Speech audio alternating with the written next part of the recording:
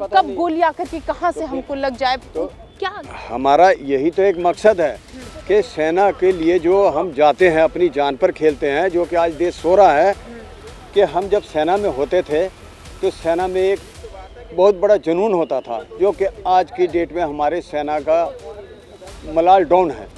लड़ाई के लिए ही भर्ती हुआ था, लेकिन लड़ाई समाप्त हो गई। नमस्कार, आप देख रहे हैं न्यूज़ 1 इंडिया और मैं हूं आपके साथ मोना। आपको बता दें कि आज़ादी का दिवस जो है वो हमारे समीप है, और या फिर जो कहें कि जो एक हफ्ता का आज़ादी का दिवस जो मनाया जाता है वो चल रहा है।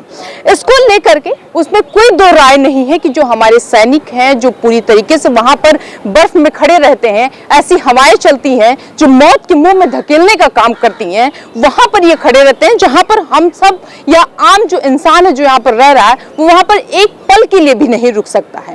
पराक्रम की अगर बात करें तो पराकाष्ठा तक और वर्चस्व तक ये वहां पर डटे रहते हैं। डटे इसलिए रहते हैं कि हम और आप इस देश में आसानी से रह सकें, सो सकें, हमको उसकी चिंता ना हो। ऐसे में बातचीत करने के लिए हमारे साथ जो है वो सैनिक है। हम जानेंगे इनसे, वो तमाम चीजों को, तमाम सवालात इनसे करेंगे और ये जानने की कोशिश करेंगे कि आखिर वहां पर खड़ा होना कितना मुश्किल होता है। जब हम यहाँ पर अपने घर पर बैठे रहते हैं तो वहां पर एक टकटकी लगाए हुए उस बर्फ से, उन हवाओं से, उन तमाम चीजों से कैसे वो वहां पर हाथ में तिरंगा है, साहस दिखाया, आज यहाँ पर खड़े हुए हैं। जानने की कोशिश करेंगे।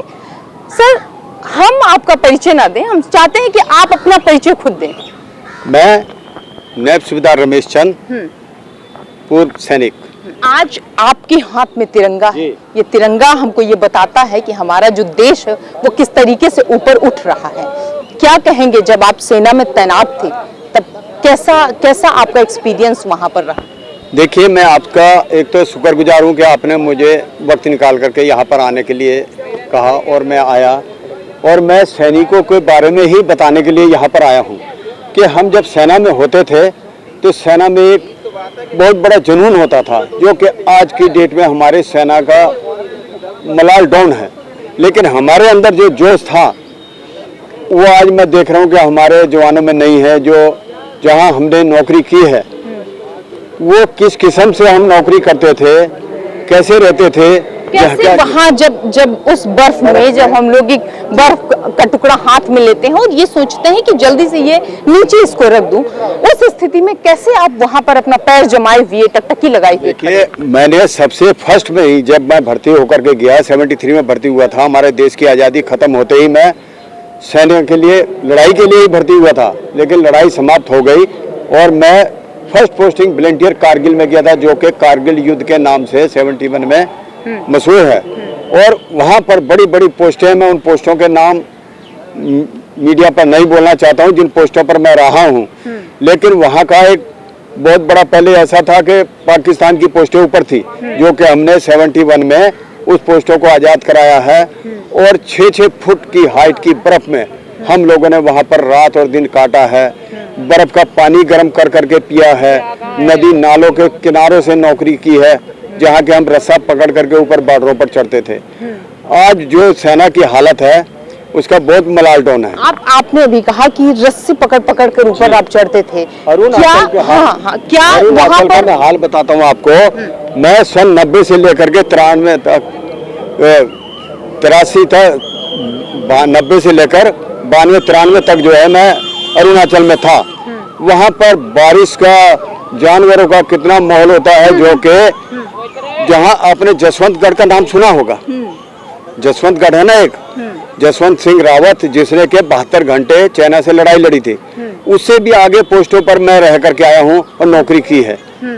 अच्छा, एक तरफ तो अपने आप को वहाँ पर संभालना बड़ा मुश्किल हो जाता है कि कब हम जानवरों से बचें, हवाओं से बचें, ठंडी सर्दी तमाम ऋतुओं से बचें, और उसके साथ ये पता नहीं होता है कि कब जो है वो हमारे कब गोली आकर के कहां से हमको लग जाए। तो क्या हमारा यही तो एक मकसद है कि सेना के लिए जो हम जाते हैं, अपनी जान पर खेलते हैं, जो कि आज देश सो रहा है कि घर बार छोड़ करके आप वहाँ पर हैं और सब कुछ आपने भारत माता को मान लिया है, सब आपकी वही माता के लिए। तो हम सैनिक कभी बूढ़ा नहीं होता। आज भी अगर हमें बोला जाए तो आज भी हम उन पहाड़ियों पर जा करके लड़ाई जंग लड़ सकते हैं। आप यहाँ देख रहे हैं ये सैनिक हैं, यहाँ बारिश आ जाएगी ना, ये जवान अपनी पोस्ट नहीं छोड़ेंगे, यहीं पर रहेंगे। ये जो पब्लिक आज अभी हमें देख रही है, ये कोनों में घुस जाएगी, लेकिन ये जवान अपनी जगह पर ही खड़ा रहेगा। आज मैं यहाँ पर खड़ा हूँ, सिर्फ उसी की बदौलत खड़ा हूँ जो हमारे भाई वहाँ पर बॉर्डर पर हैं। जज्बा कहाँ से आता है आपको? जज्बा एक जुनून होता है देश के लिए। जो 4 साल के लिए सिर्फ भर्ती होकर जा रहे हैं, वो पैसे के लिए तो नहीं जा रहे हैं, लेकिन सरकार को उनके बारे में देखना है ना। अभी आपने देखा होगा अग्निवीर कैसे कैसे मर जाते हैं, उनके लिए सरकार कुछ वो नहीं है। 4 साल की नौकरी है, 6 महीने की ट्रेनिंग है। एक हमारा BSF CISF पैरामिलिट्री फोर्स का जवान जो है वो 9 महीने ट्रेनिंग करता है, उसके बाद बटालियन में जाकर भी ट्रेनिंग करता है। और आज हमारी सेना का इतना मलाल डाउन है कि उसको जो है 4 साल के लिए नौकरी 6 महीने पहले उसने वहां लगा दी है, 6 महीने उसने छुट्टी काट दी, 3 साल की नौकरी के लिए जाएगा और वो बच्चा अपने घर आ जाएगा। रमेश सर, एक चीज जानना चाह रहे हैं, जब आप गए ट्रेनिंग करने वहां पर, जब आप भर्ती हुए ट्रेनिंग करने गए, तो क्या मन में आपके सवाल आ रहे थे कि कैसी जगह होगी, कैसे लोग होंगे वहां समय पर? में लड़ाई का समय था देश का, उस समय हमारे अंदर ये जज्बा था। आपने सुना होगा कि बांग्लादेश के लिए मुक्ति बाहिनी भी तैयार की गई थी, उस समय कांग्रेस की सरकार थी। और हमने जो है ना अपना जो सिर्फ उस समय हमने ये नहीं देखा था कि मेरे माँ बाप हैं, गरीब भाई है, बच्चे हैं, हम लोग गरीबी में पले हैं, लेकिन हमें सिर्फ ये था कि हमने अपने देश को आजाद कराना है, देश के लिए लड़ना है, देश के लिए मरना है। और आज भी हमारे अंदर वो जज्बा है। इसीलिए मैं आज ये तिरंगे को लेकर के भारत माँ की कसम खाकर बोलता हूँ कि ये सामने इंडिया गेट साक्षी है कि हमने सिर्फ अपने को ये नहीं सोच कर गया था मैं कि मैं जो है वहां से जिंदा आऊंगा। और फर्स्ट पोस्टिंग में वॉलंटियर कारगिल में गया था, सेकंड पोस्टिंग में शुगर सेक्टर हिमाचल में गया था, चाइना बॉर्डर पर। उसके बाद असम में गया था, श्रीनगर में गया था। मैंने जो है कम से कम 24 साल के बीच में 18 साल नौकरी सिर्फ मेरी बॉर्डर की है, क्योंकि मुझे एक जज्बा था कि मैंने देश के बॉर्डर पर ही नौकरी करनी है। और लिख कर देता था, वॉलंटियर जाता था, मेरे डॉक्यूमेंट चेक कर सकते हैं। आज भी मेरे अंदर वही जज्बा है। रमेश सर, एक सवाल है कि कहते हैं कि सैनिक कभी बीमार नहीं होता, और अगर वो बीमार होते हैं तो उनको दवा की जरूरत नहीं होती है। आप उनको अपना तिरंगा दिखा दीजिए, उनके अंदर वही जुनून आता है। ऐसे ऐसे जवान भी आपने देखा होगा कि 5-5 गोली खाई है पाकिस्तान के, उन्होंने 20-20 जवानों को अकेले मारा है। जैसे कि मैंने जसवंतगढ़ की बताई कि 72 घंटे सिर्फ नेक जो है हमारा जसवंत 72 घंटे चाइना से लड़ा है। 300 से ज्यादा जवान अकेले जवान ने मारे हैं। तो वो सिर्फ एक देश के लिए जज्बा था, ना कि अपने माँ बाप बहनों की कमाई के लिए था। आज सरकार बोलती है कि सेना तो खाली मरने के लिए होती है। ऐसा सुना होगा आपने कि बोलते हैं सेना मरने के लिए होती है, सेना पैसे कमाने के लिए नहीं थी, देश के लिए। अरे मानता हूँ कि हम देश के लिए हैं, लेकिन हमारे पीछे जो परिवार है वो भी तो किसी का है ना। वो परिवार जो है वो पूरा भारत देश है आपका। पूरे भारत देश का है ना। उस परिवार को बचाने के लिए तो हम अपनी जान दे रहे हैं, लेकिन वो देश के नेता जो है ना वो हमारे परिवार को नहीं देख रहे हैं। आज कल आपको मैं दिखा दूंगा कि जंतर मंतर पे हमारे प्रधानमंत्री जी वहाँ पर, जंतर मंतर नहीं सॉरी लाल किले पर क्या बोलेंगे सैनिकों के लिए। कैसा आपका वहाँ पर अभ्यास जो है वो कैसा रहा? जब आप ट्रेनिंग कर रहे थे, उसके बाद आप वहाँ पोस्टिंग पे जाते हैं, वहाँ पर सारी चीजें आपको नहीं मिलती हैं, कैसा लगा? नहीं मिलती है, हम फिर भी गुजार, आप यकीन नहीं करेंगे 87 में जब पाकिस्तान से 26 जनवरी की रात को मैं गुंड में था, एक जगह है गुंड, श्रीनगर सोनामार्ग के बीच में, वहां मेरी बटालियन थी। वहां से हम लोगों को रातों रात हुक्म मिला कि अभी उड़ी सेक्टर में पाकिस्तान से अटैक हो रहा है, आप वहां चल। हमारे पास एम्यूनिशन बूट थे, कोई हमारे पास सनो नहीं था, सनो का कोई भी वस्त्र जैसे स्लीपिंग बैग होते हैं, बूट होते हैं सनो के, जैकेट होती है, कुछ भी नहीं था। हमारी जो सेम वर्दी नीचे की होती है, हमारी बटालियन बिल्कुल नई गई थी, और रातों रात हमने जाकर के उड़ी सेक्टर में पहुंच गए। तो उस समय आप देखते कि हमारी हालत की क्या थी कि जवान का दिल कर रहा था कि अपने आप को गोली मारे या साले दुश्मन को मारे। हमारे हाथ पैर सुन्न हो गए, कईयों के मेरी बटालियन में हाथ पैर जो है ना जा करके कटे हैं, पूना में भेजा गया है, लेकिन हम लोगों ने वो पोस्ट नहीं छोड़ी। हमने अपनी बाइकों के फट्टे जला करके रात काटी है, मानेंगे आप, गीले पेट जलाकर रातें काटी है हमने उड़ी सेक्टर में। ये 87 की बात बता रहा हूँ मैं। जब खड़े होना मुश्किल है, आप लोग डटे रहते हैं वहाँ पर। आपने 14-16 अक्टूबर 1986 को जजीला कांड सुना है? नहीं सुना होगा, शायद देश को पता भी नहीं होगा। आज भी आप गूगल पर देख सकते हैं। उस समय मेरी बटालियन ने वहाँ पर 900 गाड़ियाँ दबी थी, और उन गाड़ियों से जवानों को परिवारों को पूरी कार्रवाई 900 गाड़ियां थी, उनकी लाशों को हमारी बटालियन ने निकाला था वहां से। तो जवान का वो जज्बा था कि जहां एक कोई जा नहीं सकता और जवान वहां पर जो है ना लाशों को निकाल रहे थे, हेलीकॉप्टर से लाशों को भर के बांध कर भेज रहे थे।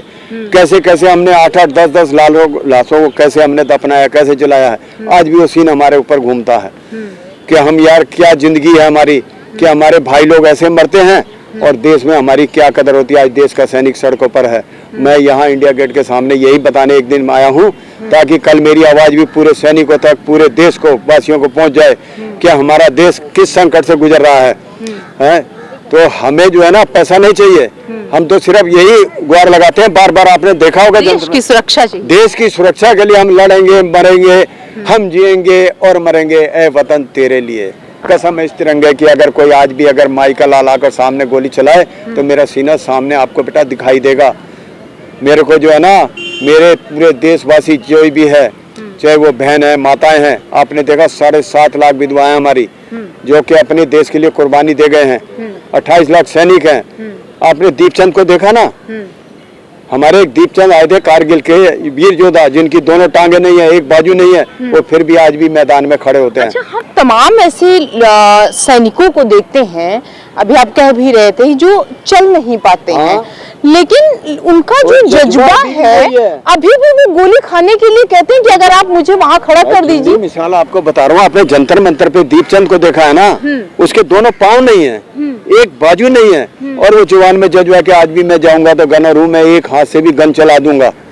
तो उसको बोलते हैं जज्बा। वो क्या पैसे के लिए मरना चाहता है? देश के लिए। उसका एक साथी देश के लिए मरा है।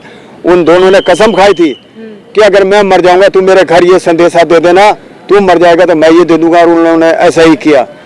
तो ये जज्बा आज भी हमारे अंदर है। देखो ना, मैं अकेला सैनिक दम रख करके इंडिया गेट पर आया हूँ। मैं तो हमारे प्रधानमंत्री जी को भी बोलता हूँ कि आप मुझे एक बार अपने सामने तो बुलाओ, देखो मेरा जज्बा, मेरे में दम हिम्मत है या नहीं है। आज जो अग्निवीर जा रहे हैं बच्चे, हम उनके बारे में आज बोल रहे हैं, आवाज उठा रहे हैं कि उनके बारे में जो है उनकी ट्रेनिंग कम मत करो। अब नौकरी 6 साल की करो या 4 साल की करो, अपने नेताओं को 3 साल में घर बैठाओ।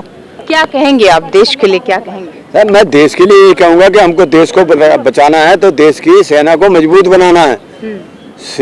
देश की सेना अगर मजबूत नहीं है तो ऐसा कुछ भी नहीं। तमाम ऐसे सैनिक जो खड़े रहते हैं और ऐसी जगह पे खड़े रहते हैं जहां पर हम और आप नहीं रुक सकते, जहां पर हम और आप 5-10 मिनट के लिए नहीं खड़े हो सकते, वहां पर वो खड़े रहते हैं और टकटकी लगा के रखते हैं। टकटकी ये लगा करके रखते हैं कि कहीं कोई भी परिंदा जो है वो पर न मारे। जो लोग बैठे हुए हैं जो ये सोचते हैं कि हम जो है वो उस पर, भारत देश पर अटैक करेंगे, ऐसा इनका ये कहना है कि वो हमारे अंदर जज्बा है, हमारे अंदर वो काबिलियत है, हम इसलिए यहाँ पर डटे हुए हैं, हम यहाँ पर खड़े रहेंगे और यहाँ से नहीं हिलेंगे। चाहे आंधी तूफान बारिश कुछ भी आए, हम अपनी इस जगह पर खड़े हुए हैं और हम अपने इस देश को जो है वो पूरी तरीके से सुरक्षित रखेंगे। आज भी लोग वहाँ पर खड़े हुए हैं। जब रात को 10 बजे 12 बजे 2 बजे हम और आप यहाँ पर सोते हैं, तब भी वो वहां पर पूरी आंखें खोल करके खड़े रहते हैं और ये देखते हैं कि अंदर जो लोग बैठे हुए हैं, अंदर जो लोग हैं, वो सब हमारा परिवार है, वो पूरा भारत देश हमारा परिवार है। ये जज्बा, ये वर्चस्व, ये जुनून, ऐसे देश में जो सैनिक है वो तमाम सारे सैनिक है। आज हम किसी एक सैनिक की बात नहीं कर रहे हैं, वो तमाम सैनिक जो वहां पर खड़े हुए हैं, वो जो बॉर्डर पर खड़े हुए हैं, जो अंदर तैनात हैं, वो सब जो है वो अपनी सेवा दे रहे हैं। और सेवा दे रहे हैं भारत माता के लिए, सेवा इसलिए दे रहे हैं कि हमारा जो ये भारत देश है, जो हमारा तिरंगा है, वो ऐसे लहराता रहे और ये आसमान में भी लहराता रहे, पूरी दुनिया देखे कि आखिर क्या ताकत है भारत देश की।